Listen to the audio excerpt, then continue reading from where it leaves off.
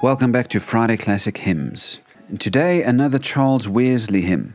And I've already done a few of Wesley's hymns. I've done "Oh, for a Thousand Tongues to Sing," "Jesus, Lover of My Soul."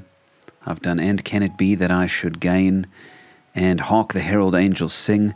Go and have a look at those for a little bit more detail about Wesley's life. But today I want to do "Love Divine, All Loves Excelling." Beautiful song. Absolutely stunning hymn. And I wonder if you know this song. If you know it, if it's been part of your church history or your walk of faith, please share that in the comments below. Please tell your stories about this song. And if some of these words really touch your life or touch your heart today, share that below as well, please. I only learned this last year when I was doing my Canaan Melodies project. If you haven't checked that out, by the way, I'm recording an old Nazarene hymnal from 1914, going through all the songs and recording them one by one. And this was number 5 in the hymnal. I'd never heard it before, so I sat and learned it and just loved these words because, they're so Wesleyan and so inspiring for me, trying to live a life of holiness by God's grace. So let me tell you the story behind it. But before I do, please subscribe to the channel if you haven't already. Like the video, give it a thumbs up.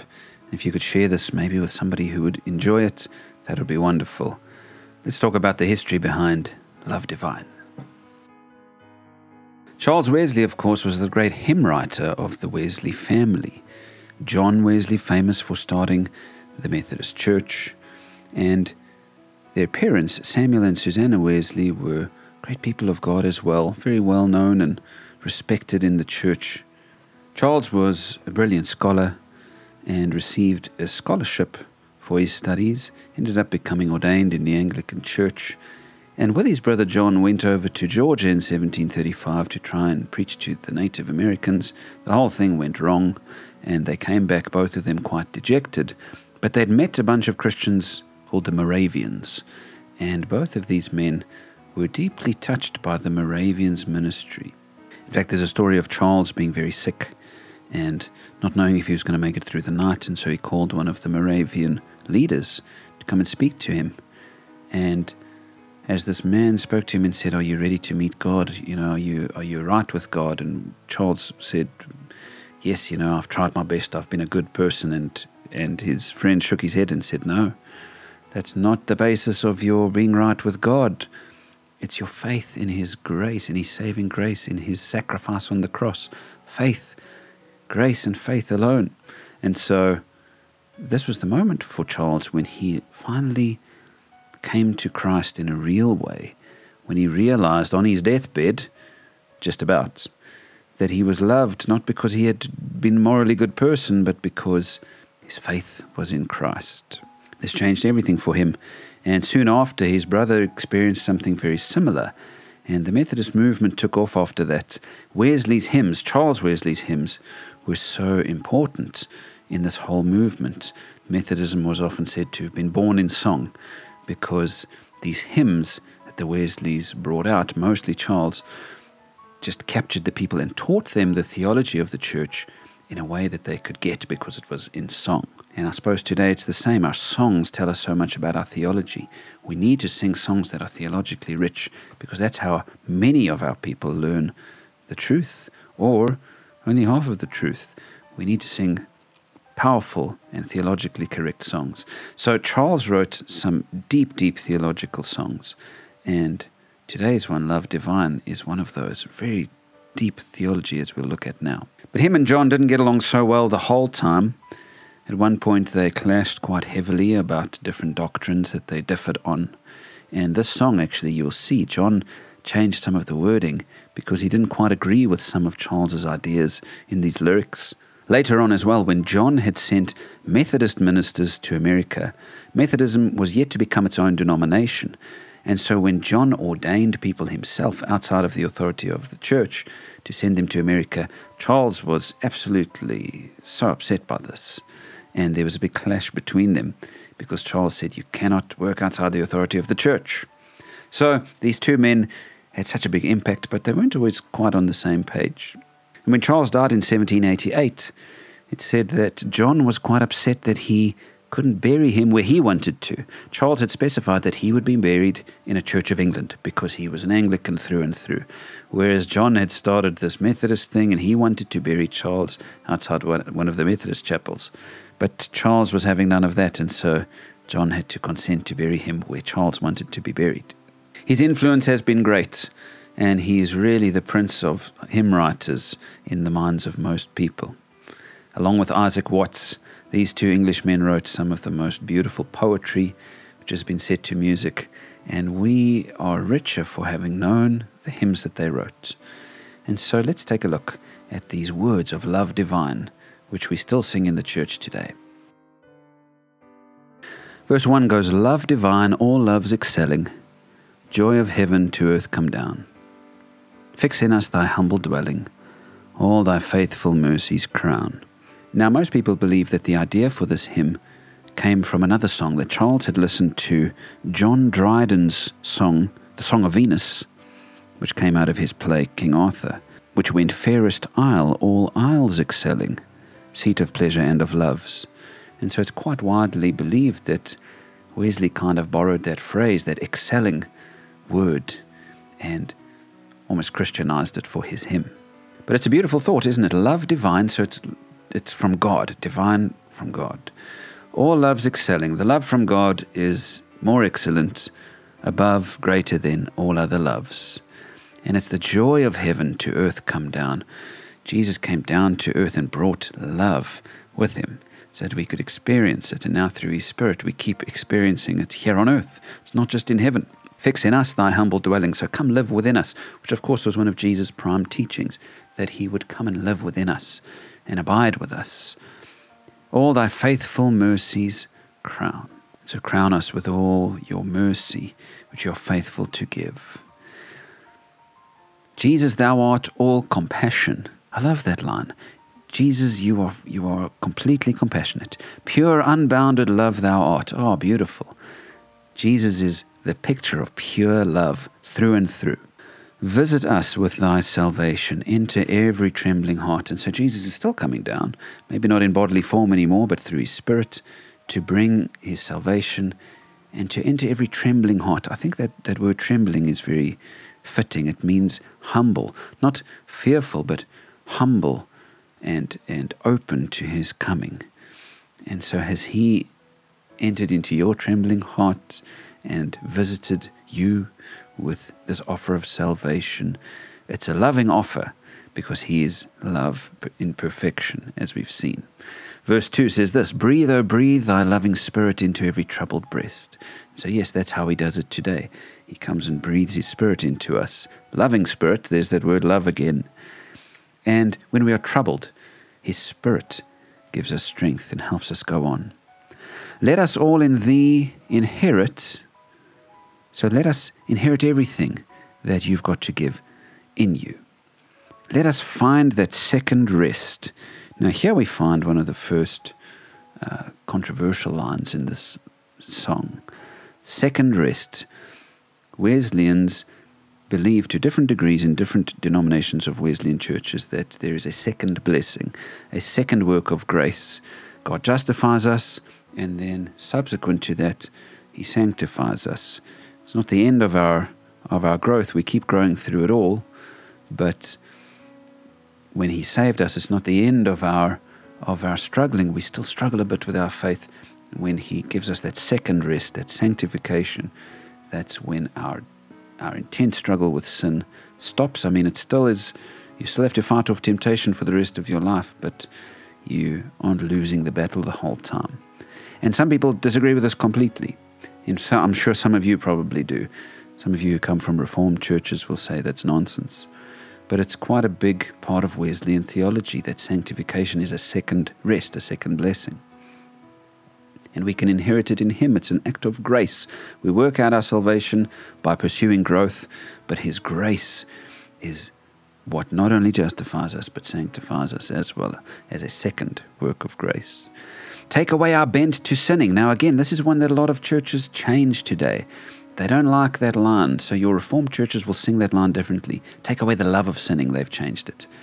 But Wesley wrote, take away our bent to sinning.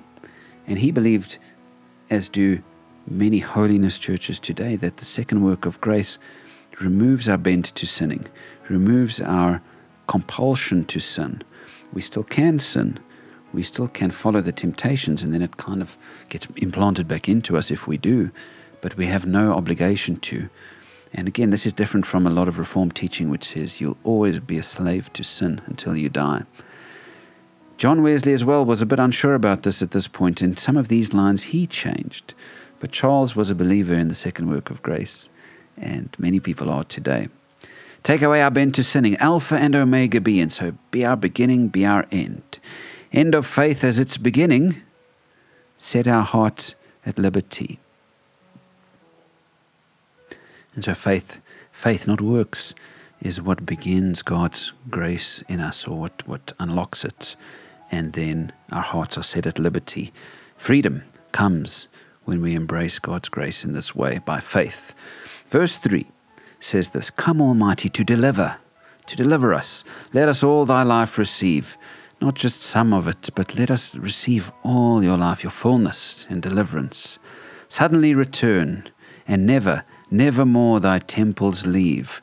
And so, come quickly. Suddenly means come quickly, and don't leave us. Never more leave us. Remember, we're his temple now. There's no temple in Jerusalem. That is where God stays. He lives within his people's hearts. And so he's saying, Lord, never leave this temple that you've entered in.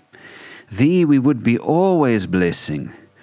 Serve thee as thy hosts above. We want to be blessing you and serving you just like the angels do. And pray and praise thee without ceasing.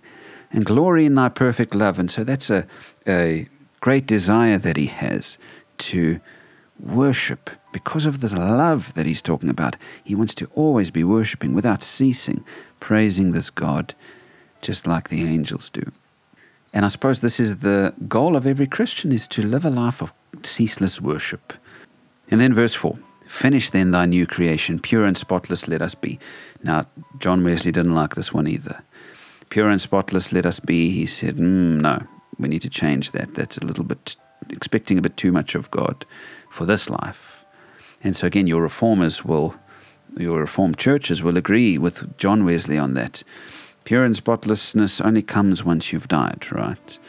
But Charles here seemed to be saying, yes, you can make me a new creation and finish your work within me.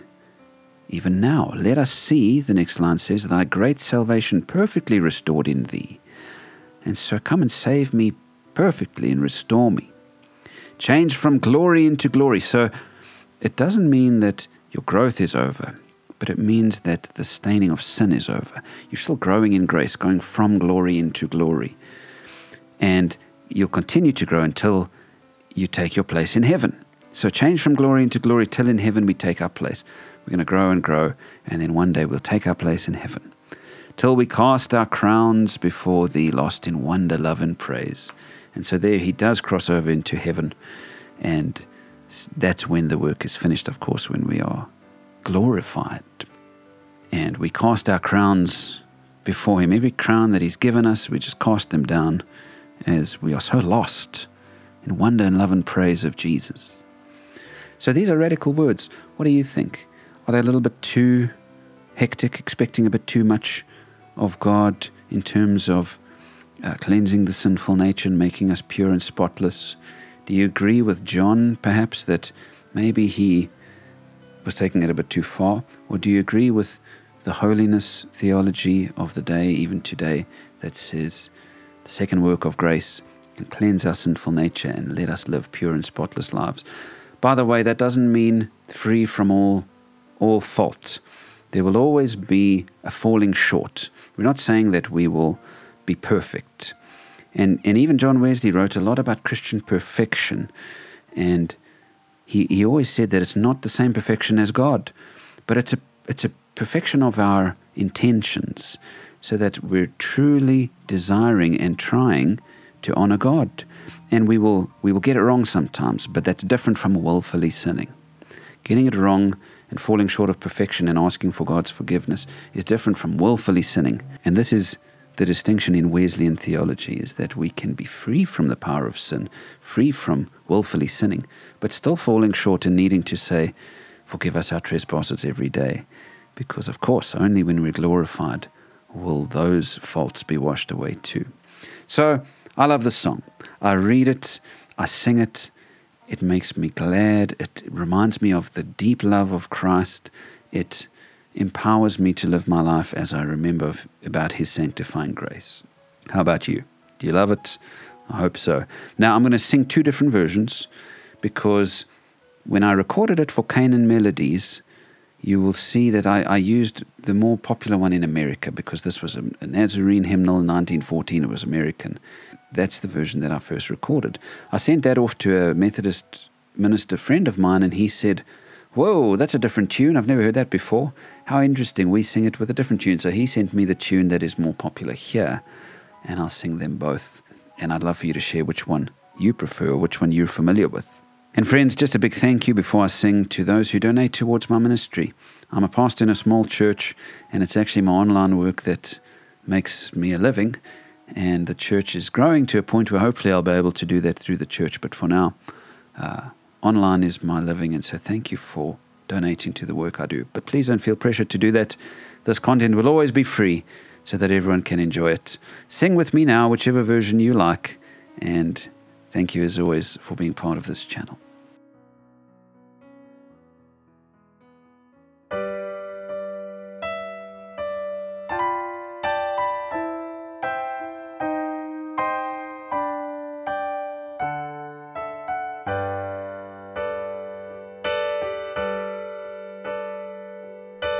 Love divine, all love's excelling, joy of heaven to earth come down.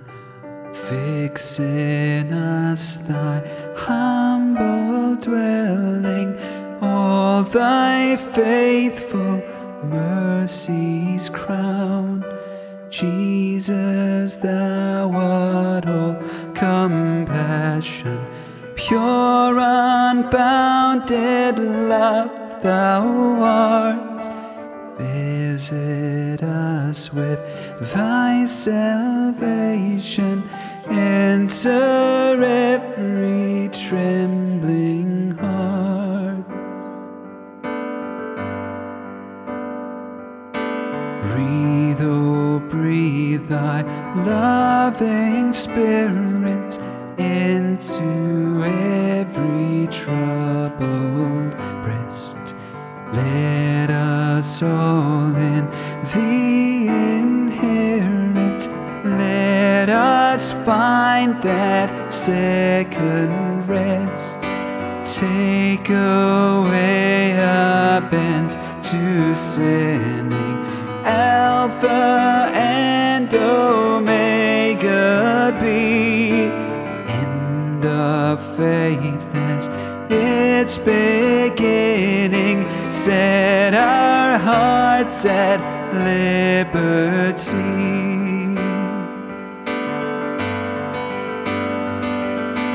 Come, Almighty, to deliver. Let us all thy life receive. Suddenly return and never, never more thy temples leave. Thee we would be always blessing, serve thee as thy host above, pray and praise thee without ceasing, glory in thy perfect love. Finish then thy new creation, pure and spotless let us be. Let us see thy great salvation, perfectly restored in thee, changed from glory into into glory, till in heaven we take our place, till we cast our crowns before thee, lost in wonder, love and praise, lost in wonder, love and praise, lost in wonder, love and praise.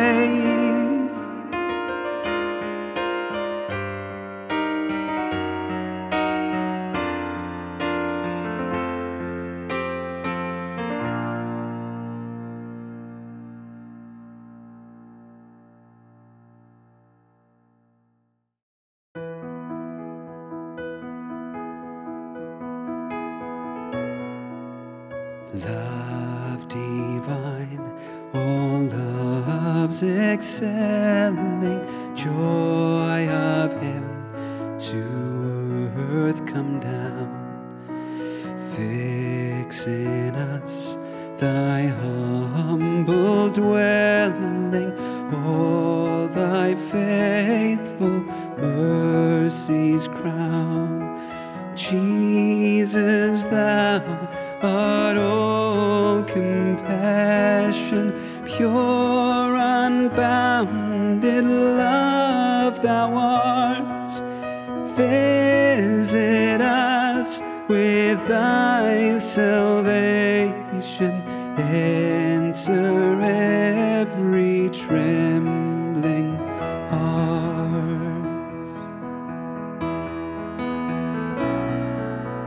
Breathe, oh breathe, thy loving spirit into every troubled breast.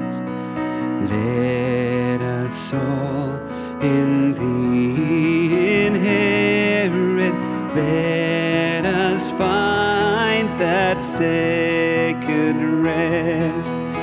Take away our bend to sinning, Alpha and Omega be, end of faith as its beginning, set our hearts at liberty.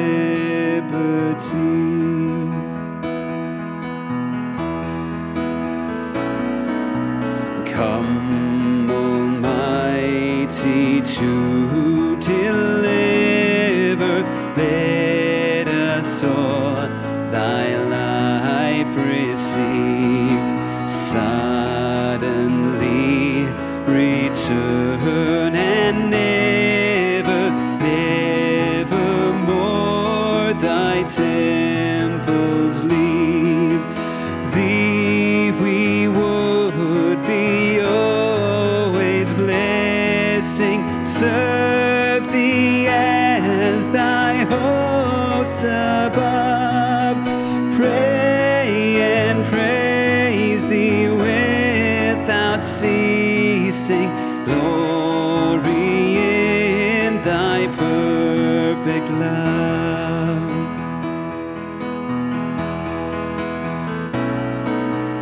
Finish then thy new creation, pure and spotless, let us be. Let us see thy great salvation, perfectly restored in thee, changed from glory into glory, till in heaven we take our place, till we cast our crowns before thee, lost in wonder, love and praise, lost in wonder, love and praise, lost in wonder, love